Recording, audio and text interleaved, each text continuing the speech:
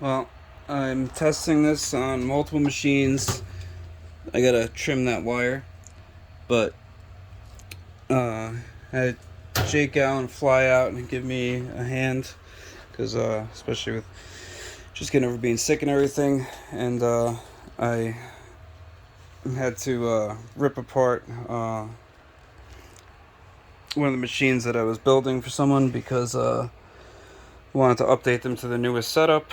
So they're going to the new servos that I've been running and I know are good, and I have a few others that are going to try.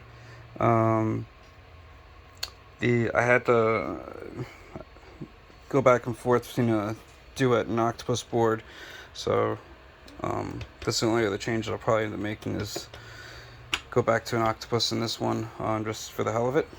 But I wanted to show you guys how the servos are. So this is, we'll do a restart. So it's a cold boot, and my Z motors are loud. And this, so the Euclid is finalized. This is an adjustable mount. Basically, this is a much nicer looking one that will do. That goes there. So there'll probably have to be a different 300 and 400 version, or I'll post the adjustable ones too. Anyway, so be prepared, the Z is loud, but the X and Y is pretty damn quiet. So that's homing.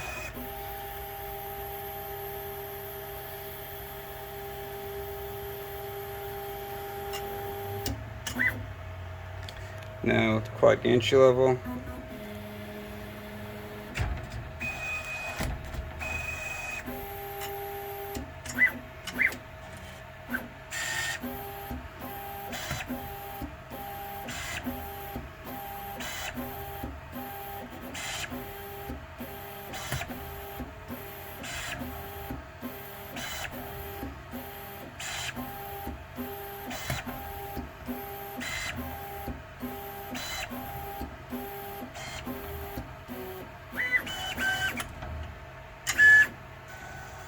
And my input shaping went from a recommended max excel of like 4800 on the 400 to I think it was like 10,400 or something like that.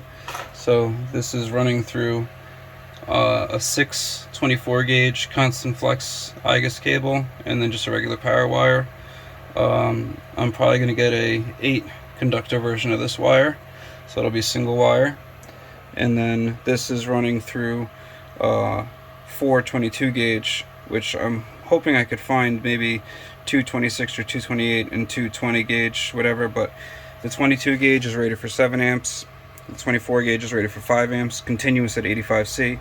Or they have a flat version that's 24 gauge, and I guess because the heat dissipation, that is rated for a continuous 8 amps. So that would really be ideal, perfect.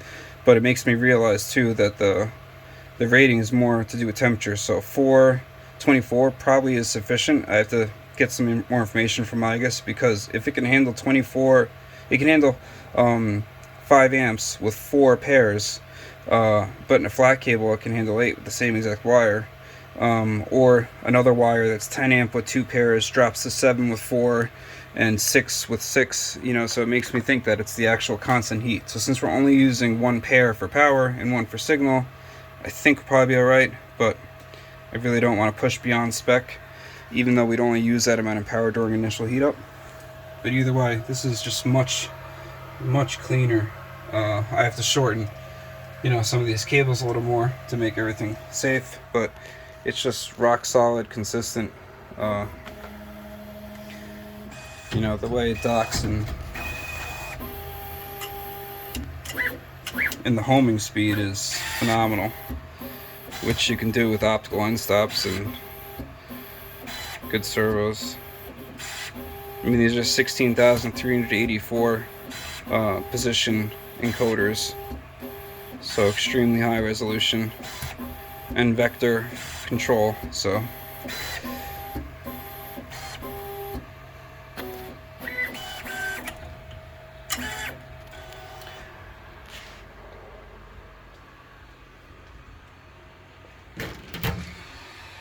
this one, what I want to do is probably just ditch just the cable chain and try to come up with the stock solution for getting rid of the cable chain.